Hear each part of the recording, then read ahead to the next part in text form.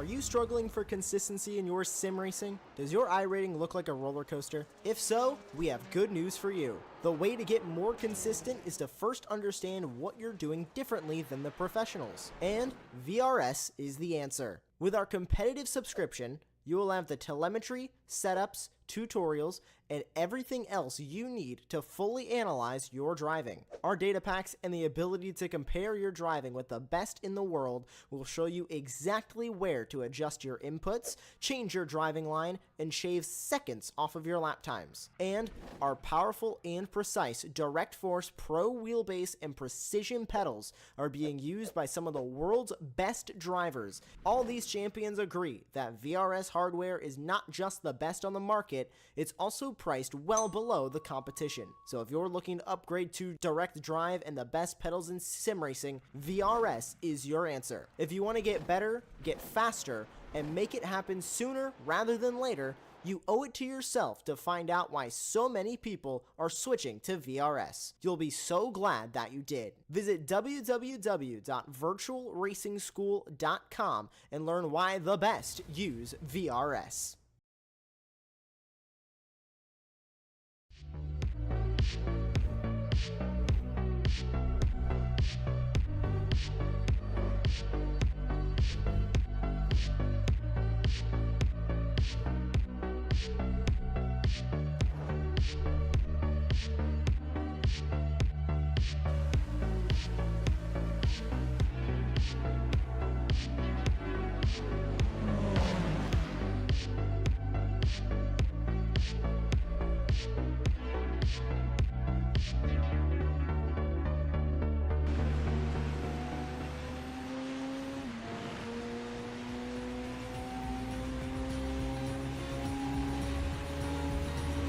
Greetings, race fans, and welcome to Apex Racing TV's presentation of the Radical Esports Cup. J.R. Gregory here with you on the call, spelling Tom Dillon today. Our colleague Aaron Smith will put on a good show for you today, I promise, and look forward to having Tom back in a couple weeks. And in the production carrier, our friend and colleague Joshua Wilkie, and the star of today's show, as always, the fantastic Radical SR10. 425 horsepower, only 725 kilos. Folks, that power to weight ratio is close to an LMP2 car. No traction control, no ABS, and we are showing the top split of the public servers at 2100 GMT Friday, as we always do. So this is not a league event, not a private event. If you would like to take these radicals for a spin and join us here on Apex Racing TV, sign up next week, 2100 GMT, and we have got some fantastic tracks upcoming. Mosport, Barber, Sebring, Road America, and circle this one. We will be visiting the Green Hell under the stars as the season winds down. So mastery of this SR10 will make you better at every car you try, and I double dog dare you to take one for a spin. They are truly fantastic. And here we are, Interlagos Week 7, built 83 years ago in Sao Paulo, Brazil, birthplace of Ayrton Senna, named for F1 driver Jose Carlos Paz, who died in a private plane crash at 32 years ago. Host, of course, to the Formula One Grand Prix, World Endurance Championship, Brazilian stock cars, motorcycle racing, and much more. Today's configuration, 2.7 miles, 4.3 clicks, and 15 corners. Current lap record held by Valtteri Bottas in an F1 car. And Aaron, this track is going to be a mixed bag for these radicals. It will show some of the things that these radicals do really well, some excellent trail braking opportunities, like here into turn 4 we see Berger entering, and trail braking opportunities, that downhill left-hander into turn 1. And it also will expose some things the radicals are not awesome at, and what I'm thinking of is acceleration out of slow corners. They're going to be coming out of a few hairpins here in first gear, and it can be quite difficult to get the power down in these radicals when that boost spools up on these Eco Boost engines. So what are you looking for out of these cars and drivers today? Interlagos is always famous for being absolutely fantastic for racing. I mean, you know when it's good in Formula One, it's going to be good in everything else, isn't it? Because these modern F1 cars are famous for being hunkless boats that can't follow one another. These radicals, however, like you mentioned, are just pure breeds mostly. I think the only way you could make this car even more connected with the driver is if it had a stick shift. And I can't believe I've just said that because I'm not American, but it has a sequential, which some people are a bit iffy about, but I think it suits the nature of this car fairly well. And that's one of the quickest qualifying sessions I've ever watched in my entire life. Wow, it's usually 8 minutes long, but we've cut it 2 minutes short. Wow, that was extremely fast. And I believe Halliburton is one of the top drivers this season. And unsurprisingly, he sticks it on pole. Yeah, absolutely. And Halliburton, we saw quite a bit in prior seasons, and he's actually not in the running for top 10 points right now. He just shows up occasionally to give everybody a lesson in these radicals, and we're seeing that today. And there is your starting grid. It's going to be Halliburton next to Andreas Friedrich there in row 1. Christoph Lipp, another fast driver, in third, with Cedric K, we'll call him, next to him. In row 3, Havard Gullikson and Dennis Kyriakopoulos, James Berry and Ubera behind them, Jorge Gonzaga and Kieto Larson in 9th and 10th.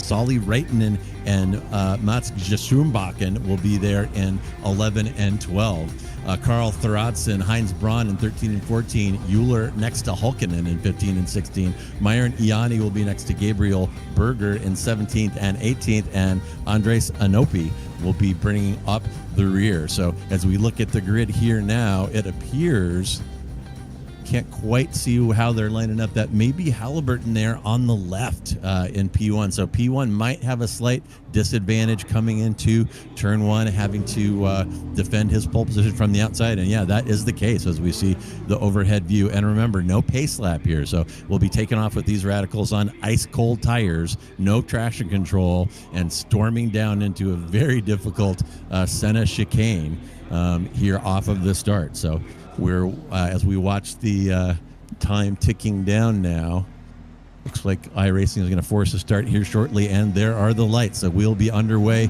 in just a moment, riding along with Halliburton. See how he is able to get off the line, gets a pretty clean start there, little wiggle due to that lack of traction control, and he's falling back already. Actually, he got a horrible start, spun up the rear tires coming off the grid, and it looks like Friedrich is going to storm to the lead as Halliburton plummets. He's now 5 positions down in P6 as the field immediately lines up nose to tail. Very little side-by-side action down the first couple of corners, and we are underway. And my gosh, what happened to Halliburton there?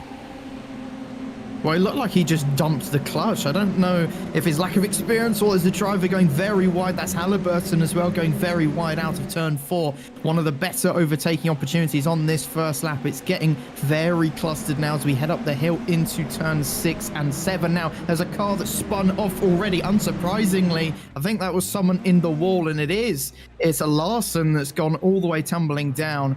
And I think he's picked up a little bit of damage on that Radical SR10, but it looked like Halliburton just dumped the clutch off of the start line. And I was going to say, I just think his lack of experience there in these cars, he might be quick, but off the start, clearly does not quite know how to get this thing launched. Everyone else, though, just took advantage of it, and Friedrich at the moment with a pretty healthy lead, about half a second over Christoph Lipp. We're going to have a quick little look back at what happened to, I believe we are riding on board with, this is Friedrich. Now we move over to Halliburton to just see the amount of wheel spin that he got, and you can see there instantly, I genuinely think he just dumped the clutch, didn't really expect this car to have, I think he just expected it to have a lot more grip than it did, and he's paid the price and now has to come back all the way through the field again. And this is what happened to Larson going through the uphill of turn 6. I believe it was his teammate. Oh, yeah, he does get a little help there. You see a little smooch from behind. Will send Larson hard into the barrier there, and he may have parked it. He immediately fell 9 positions, and he's showing right now in the pits. Not sure if he's taking a repair or is planning on continuing. But meanwhile, up front is Andreas Friedrich from Lipp, from Gullikson, and got some nice side-by-side action here in a war over one of these slow-speed corners. Those chicanes, so tough in these cars, tough to get the radicals slowed up, and tough to put the power down in first and second gear, as they will be doing many times per lap for 16 laps here at Interlagos. And little bit of mayhem here early on. And oh my goodness, here's Halliburton. It's like, yeah, I heard you up there, Aaron. I got plenty of experience in these cars, and I'm going to unleash it for you right now. Takes the outside burn there, and it gets it woed up for this slow left-hander, and gets that one done. That'll get Halliburton back up into P4. So he's one pass away from the podium, looking at Gullickson. Yeah, this should be good. It looks like Halliburton definitely is putting his foot down. Unsurprisingly, sets the fastest lap of the race, about half a second quicker than anyone else. The closest man at the moment is Lip in second place. Unsurprisingly, considering how well he's been performing in the Radical European Series, which will be on Sunday, the next round. And I definitely will be paying attention to him after a poor first opening few rounds for Christoph Lip. Definitely needs to do a little bit better over the course of the rest of this season, but he can chill in today's race, and he doesn't have quite as big as a championship on the line. But here goes Halliburton. Looks like this is going to be a fairly easy move up the inside of Gullickson for third place, and that was very easy. But look at that, that's Cedric going up the inside. Very opportunistic by the Frenchman, and gets it done. Don't think the Norwegian was really expecting Cedric to go for that move, but I mean, fair play. It was clean racing, and that's the kind of thing you want to see in these radicals. Just bumper to bumper, wheel to wheel stuff was good by Halliburton, and I just thought Gullickson just maybe caught a bit napping there. Yeah, Gullickson caught out, and he goes from sitting on the podium to fifth there. And yeah, great move by Cedric K, taking advantage of the inside and sticking it through behind Halliburton. And Halliburton now making short work. And you're right, Aaron. Right now, he's sitting about half a second quicker than anyone else on the grid right now. Feeling a little salty maybe about that bad start. He's going to be making up for it in a hurry. He's about to join Friedrich and Lip. He's about 1.2 seconds behind them, with plenty of time left to reel those two in. And I'm guessing we may see Friedrich getting defensive. Lip now all over him, down to 1/10 here now going into turn one. Lip decides not to make a move, but he's definitely measuring up Friedrich to take that P1.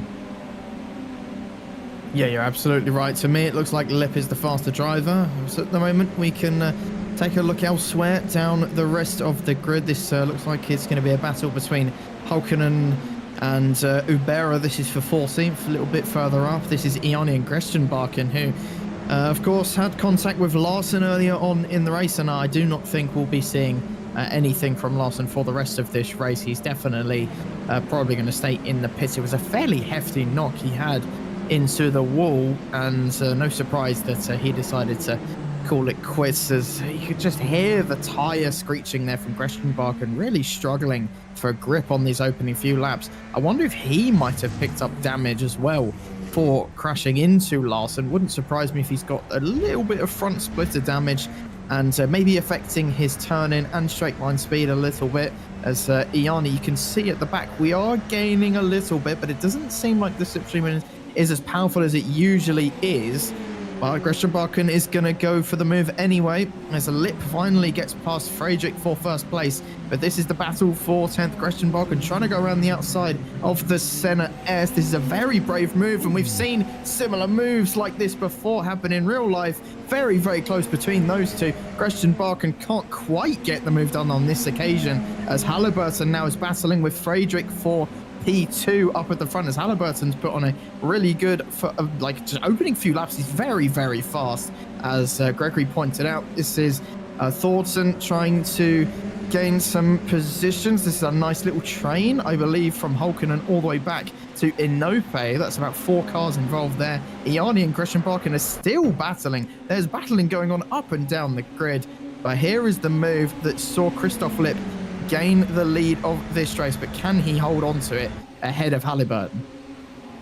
Yeah, and you saw Friedrich hesitate there just a little bit. Wasn't sure whether he wanted to cover the inside or let Christoph through, and decides to take the normal line, and Lip has an easy move up into P1 there. And now he's got to be looking at Halliburton, and look at our timing tower, folks. You can just watch that gap plummeting. It was 0.3 a second or two ago, and here comes that outstanding powerful slipstream that you enjoy in these radicals, and Lip doesn't want any part of this one. He's just going to move over, let Halliburton through, and the remainder of this one is going to be watching that gap from Halliburton to Lip and watching it grow. Halliburton, an absolute monster in these cars. And here goes Gestroom-Bakken. He's going to Gestroom-Bakken right inside of Iani, going down the S's, and a really nice line of cars here and these tracks with that have a lot of slipstream. These little trains will form up, and we're seeing that begin to happen now. Yes, and Gestroom-Bakken going very deep on the inside there. Looks like he'll just about be able to hold the position. I don't know how much faster he's going to be than Iani at this stage of the race, but I'm genuinely shocked at how fast Halliburton is. A reminder to people that this is a fixed series as well. You know, everyone's on the same setup, same cars, same conditions, same everything, and he seems to just be a level above everyone else. You know, on that last lap was half a second quicker than anyone else, and I do not know how this man is able to do this. And of course, this is the first time I'm ever seeing him in this series. Of course, I've taken a little break from this series, went off to do other series, and now I'm back after, I think, nearly a year. So a couple new drivers for me to learn, and this Jamaican here looks to be an absolute wonder kid. Honestly, the first place right now was down to 5th, and looks to be miles ahead of anyone else. I know the gaps say otherwise, but I will not be surprised if this 4/10 at the moment turns into about 4 seconds come the end of the race. Yeah, would not be surprising at all. Halliburton, an absolute monster in these radicals. And last time we spoke to him, he stopped by and joined the race at Road Atlanta and spoke quite casually of focusing on a different car, and just kind of felt like taking the radical out for a spin for old time's sake. He is a past champion, and he's sitting on about an 8.2 iRating right now, which puts him in rare air indeed among drivers on the iRacing service, and he's showing wide right now. And you're absolutely right, Aaron. We're going to see that gap get up between 5 and 10 seconds, I'm guessing, by the time this one's over. And I am hearing from Josh, looks like Mika Hulkinen has disappeared off the track into a yellow blaze of glory. We're going to get a replay of that right now.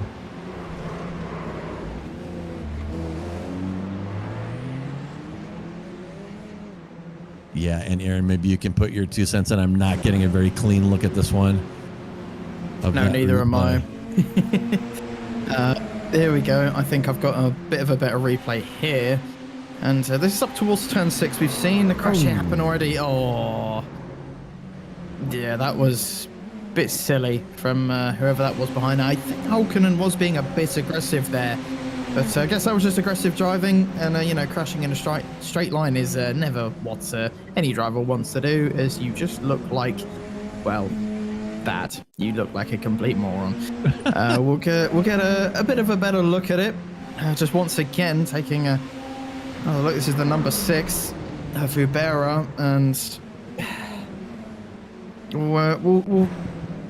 it's a difficult one to judge. I just think they both kind of merged towards each other, and it ended badly for Hulkinen, and Ubera gets to carry on for now, still in 13th place. But yeah, just a bit silly from both drivers. But this is the kind of racing that you're going to get in these radicals. It's not a very long race. People are going to be sending it every single lap, and if it provides good racing, then you know, we love a bit of entertainment and controversy on Apex Racing TV, so I'm not complaining. You know, it's a bit of hostility between drivers goes back a long way.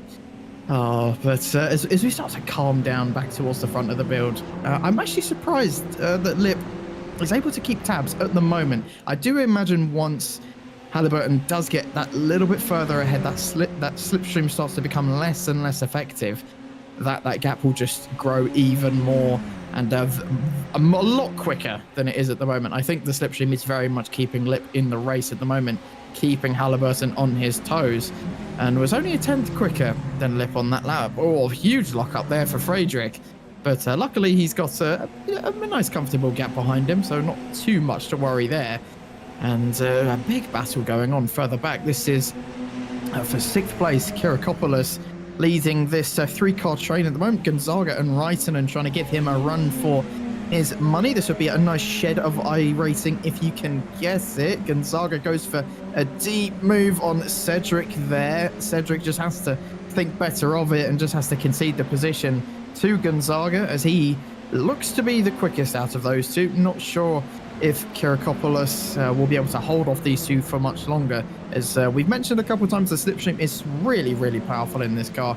And at a track like this, it's hugely, hugely important. Yeah, we do have a couple of drafting opportunities for sure. And you saw Gonzaga taking advantage of it there. Now we're looking at this trio. It's Kiriakopoulos from Gonzaga, from Korolchik, and behind them, Reitinen trying to reel that trio, and he's got about 1.8 second gap back behind. And we'll take a look now. That is Korolchik behind Kiriakopoulos, and just watch this gap come down, folks. It is going to plummet as they come up the hill onto the pit straight and wind that gap down. And what is Gonzaga going to do? Will he try to cover the inside, make him go the long way, or will he just concede? No, he does move over and cover the inside, so he's going to maintain that P7 for this lap anyway. But again, another short straight coming here, and we've already seen a couple moves into turn 4, so Gonzaga may not be safe yet. No, he's going to have to be watching his back. I mean, we saw what Alonso was able to do to Sergio Perez just a couple months ago. I say a couple months ago. God, it was like 6 months ago. Honestly, time. I'm getting old, man. Honestly, time's flying way too quickly. But here's a little bit of an off track. I think Christoph Lipp might have had an off. This is down at the Cedar de Lago into turn 4. And looks like he's just run a tiny bit wide. Looks like it's not cost him too much time there at all. The gap is still staying between those. Oh, that's a big incident. That's a Nope and Alkinen again in the same corner that he was taken out by Ubera just a few laps ago. It's happened again. And looks like it's happened at the exact same time, the exact same way. It looks like Alkinen just squeezed him onto the grass there, and then Inoue probably should have backed out. Again, it was on both drivers, but I mean, considering Holkinen's been involved in that accident twice now, you kind of have to start asking questions. But it's a difficult situation to be in. Inoue wanted that line. Holkinen shut it, albeit very, very late, but Inoue should have backed out of that move. And Holkinen has taken a nasty hit to not only his safety rating, but to his iRacing as well, as he currently sits all the way down in 17th place, and he does pull off into the pits eventually. And this is another off-track. Off-tracks are fairly easy to come by at this track, especially down into turn 4. You're trying to carry as much speed as humanly possible through there. And hopefully you don't end up as wide as Verstappen did in 2021, because, well, I mean, you'll probably get a slowdown in this game if you go that wide. Inoue comes into the pits, unsurprisingly. Holkinen did just about 10 seconds ago, came out and still in 17th place, and that's probably where he's going to remain for the rest of the race. We've got about 5 laps to go once these guys cross the line on the next time by, and Lipp is still keeping Halliburton honest, so if Halliburton makes some kind of mistake, it could be game on between those two. Yeah, absolutely. And my goodness, what a race from Holkinen. He's collecting paint samples from all kinds of cars, getting rear-ended over and over again in the same spot. And bad news for him. He's lost 1 position all the way down in P17 now from his qualifying position. Good news for him, there's no one behind him, so he's unlikely to get rear-ended again. And here we are watching Friedrich come down through the Senna S's here. Still up front, it's Halliburton from Lipp from Friedrich, and James Berry was sniffing around behind Friedrich and has fallen off about 2 seconds. Not sure what happened to him. I thought we were going to see some something contested between those two teammates, but again, right now it's Halliburton from Lipp from Friedrich, from Berry from Gullikson for your top 5. And this one has been a little bit messy here at Interlagos. And gosh, I'm not getting a very good look at that one. Can you see anything here, Aaron? Yeah, no, it's I know exactly what it's doing to you. Don't worry, it's happening to me as well. Yeah, I didn't quite get a good look at that one, but seems like drivers are struggling a little bit for off tracks around here. And that's one of the lapped cars just letting Frederick through. I believe that is a no-pay, who unfortunately has ended up a lap down after that incident with Hulkinen. And Hulkinen was a lot more fortunate. He's still on the lead lap, about 30 seconds ahead of the leaders. But like you said, Gregory, luckily he's in his own little world for the next few laps and can just take a little bit of time to calm down after the very chaotic race that he's had. And yeah, may as well just go to the end. It's quite a short race round here. Not much point backing out if you can still drive the car. But here we go, Christian Barken and Yanni battling for the 500th time this race. Here goes the Norwegian up the inside into turn 1. He gets it done again. We've seen him do that before, but then Yanni immediately comes back at him just a few corners later. Is it going to be rinse and repeat for the Norwegian once again? Well, stay tuned to find out. It's going to happen in the next 10 seconds. What's Christian Barken going to do? He's going to defend towards the inside extremely aggressively. Needs to be careful not to pinch himself on the inside and get the switchback from the Italian. Yanni gets a really clean exit coming out of turn 4. Now on to turn 5, up the hill we go. He's bump drafting the Norwegian. Has to be careful. We've seen a couple accidents in this corner today already, about 3 I'm counting. Let's not make it 4. Really do not want any more accidents. Yanni goes super deep, but I just think it's too deep. And on this occasion anyway, Christian Barken does stay ahead up into 10th place. Can Yanni fight back, or is that finally going to be the end of this battle? Yeah, I was sure Yanni was going to try to stuff that one down the inside, but Strumbach must have closed the door on that, kind of leaving him out to dry, flapping in the breeze on the far outside entry to that corner. And here we are coming back onto the front straight, and it's Strumbach looking ahead at looking back at Yanni, and again, watch that gap come down, folks. It's at 0.4 right now, and the draft is so strong on these cars. 0.3, 0.2, and what is going to happen here? Yanni thinks about it, shows his nose, but wants to save it maybe for this next combination of corners after the Senna S. Another short straight leading into turn 4. Well, in that 4-5 complex, obviously a collection of off tracks for anybody that drives here, and some of the drivers get a little salty about the track limits on this track, particularly when you can watch an F1 race and see the F1 drivers all the way off in the green there without penalty. But the X is racking up here, and I'll tell you, Aaron, something else that may be racking up. These radicals are notorious for tire wear, and with all the hard braking, all the low speed corners, especially where we're watching Yanni right now, hairpin, 3 back to back.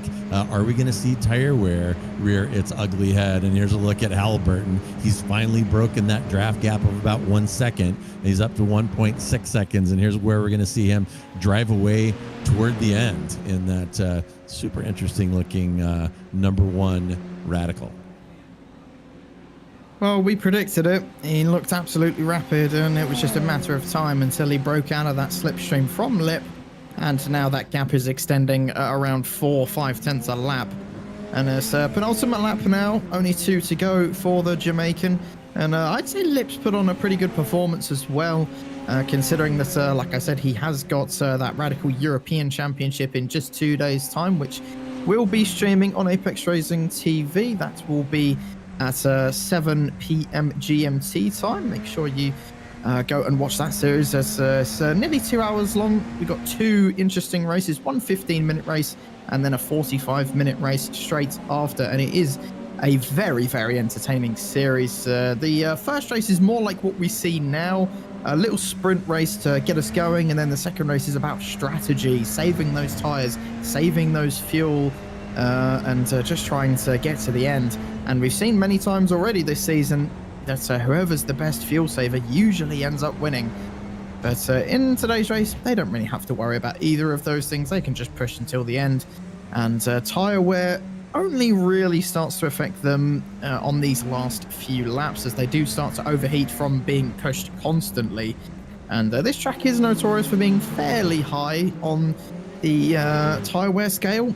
It's got a lot of fast sweeping corners, but like you said, it's got a couple of slow speed corners that keep those rear tyres in check as we are on the white flag now as Halliburton starts his final lap and was nearly 0.6 of a second quicker than Lip on that last lap. And, well, here we go then. This is the battle that we've all been waiting for the finale for. It's Iani versus Greshtenbach, and who's going to win out this time? Iani pulls off a lovely move around the outside, but that's far too deep for the Italian, and that's probably going to bring the end of his P10 challenge today. He's lost about a second from that, and that's really unfortunate. I was really looking forward to those two going at it on this last lap.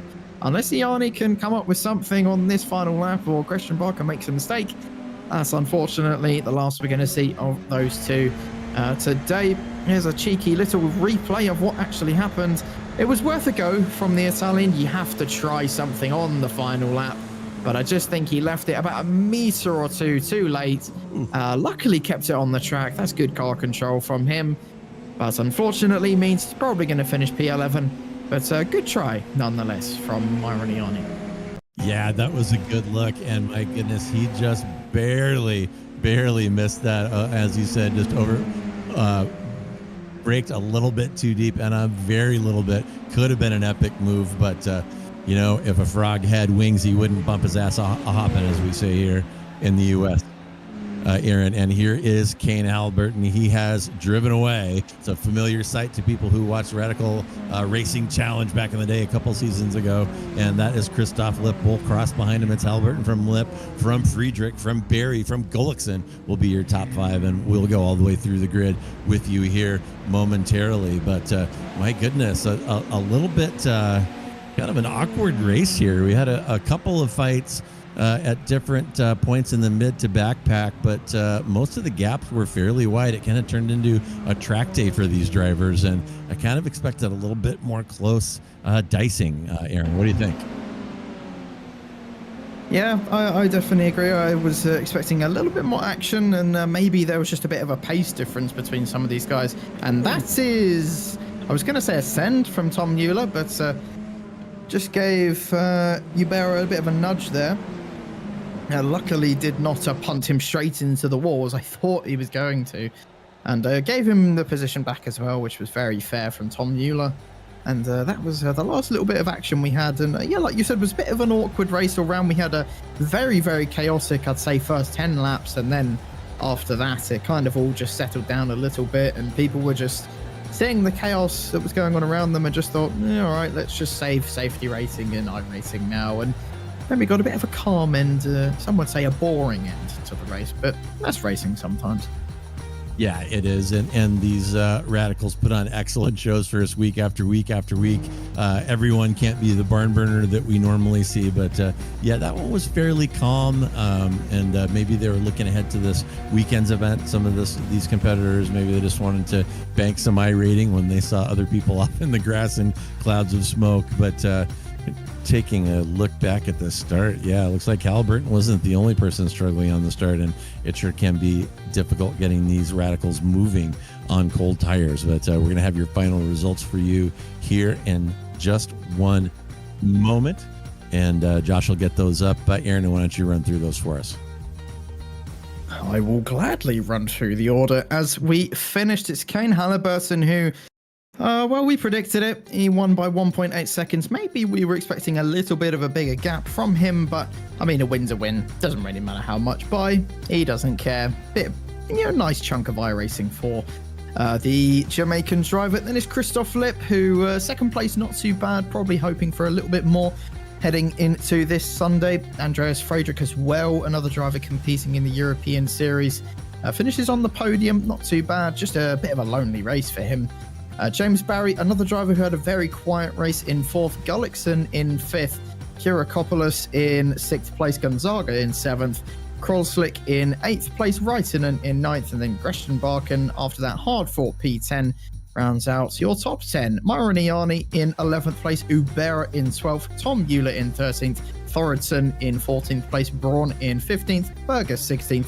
Hulkinen and Inoue obviously had that coming together. They finished 17th and 18th respectively, and Larson got crashed into on that first lap and finished in 19th place and last.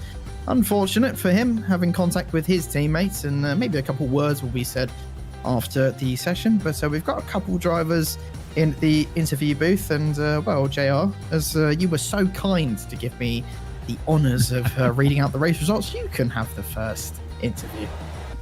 Alrighty, let's go ahead and crack the door and let Jorge Gonzaga come visit with us a little bit.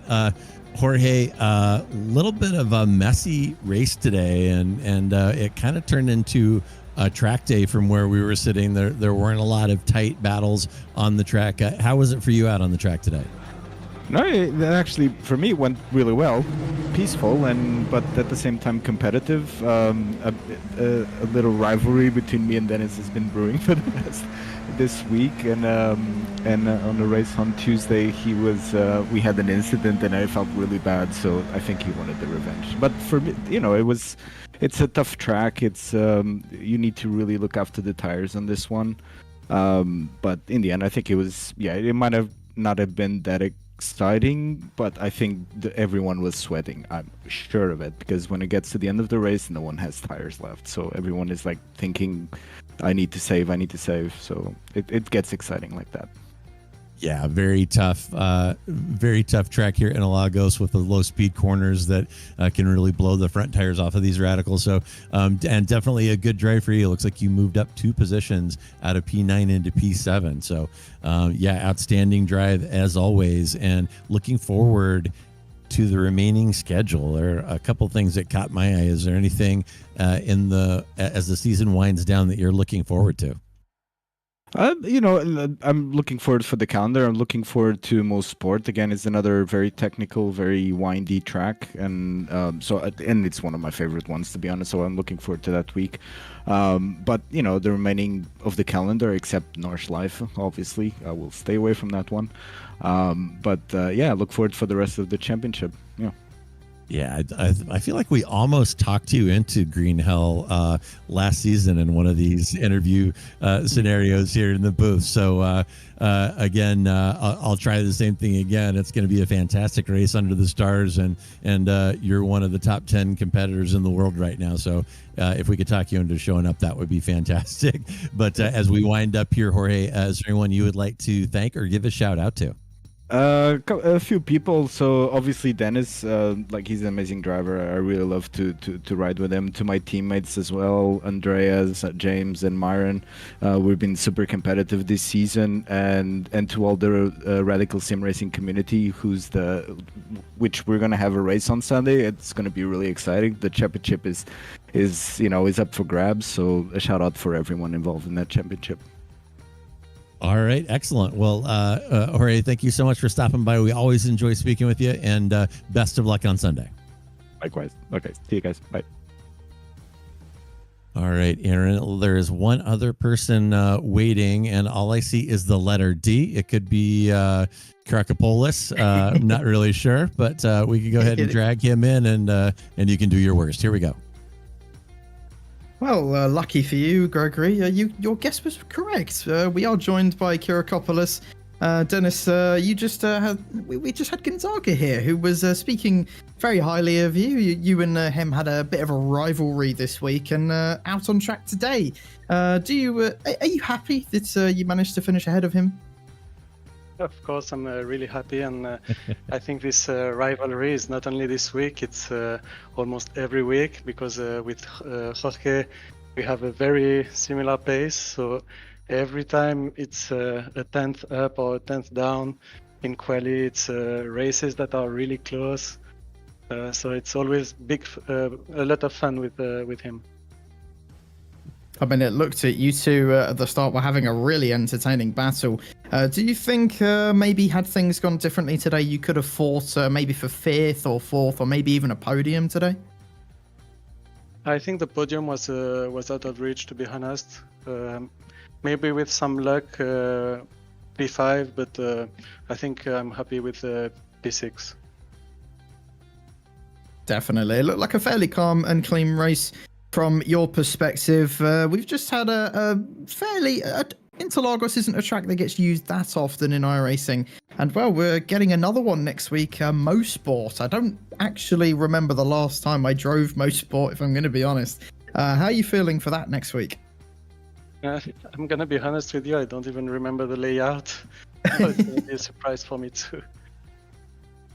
Yeah, fair enough. It's a track that's made a bit of a comeback in recent seasons. It's a fairly simple track. It just has one corner that is really, yeah, you'll understand what I mean next week. You'll get what I mean. But apart from that, it should be good fun.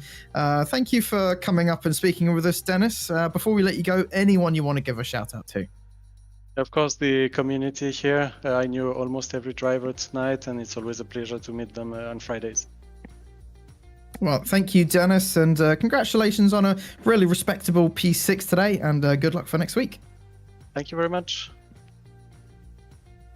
All right, taking a look around outside, it looks like that is going to conclude our interviews for today. And folks, we are not just about these radical SR10s here on Apex Racing TV. This weekend is packed with action. Sunday, we'll have Champion Motorsports, IRTES. That is a multi-class enduro taking place at Silverstone in the UK. Then Ray Esports Weekend Warriors Spec Racer Forge will be at Rudskigen, which should be a pretty entertaining track for those little go-karts. And Radical Sim Racing America's Championship that Aaron mentioned will be back here at the same track, Interlagos, with our old colleague Racing Ron Mon. So you'll want to tune in for that for sure. And Monday, we'll start the week off strong with a brand new Apex Racing League Sports Car Championship, and that is going to be at Zandvoort. So remember to subscribe to Apex Racing TV and hit that notification button so you don't miss any of the action. We have some of the best cars, best tracks, and best esports drivers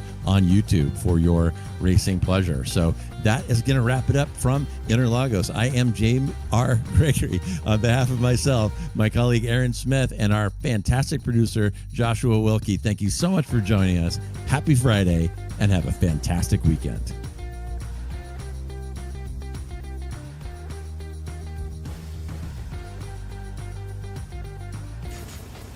Are you struggling for consistency in your sim racing? Does your iRating look like a roller coaster? If so, we have good news for you. The way to get more consistent is to first understand what you're doing differently than the professionals. And VRS is the answer. With our competitive subscription, you will have the telemetry, setups, tutorials, and everything else you need to fully analyze your driving. Our data packs and the ability to compare your driving with the best in the world will show you exactly where to adjust your inputs, change your driving line, and shave seconds off of your lap times. And our powerful and precise Direct Force Pro wheelbase and precision pedals are being used by some of the world's best drivers. All these champions agree that VRS hardware is not just the best on the market, it's also priced well below the competition. So if you're looking to upgrade to direct drive and the best pedals in sim racing, VRS is your answer. If you want to get better, get faster,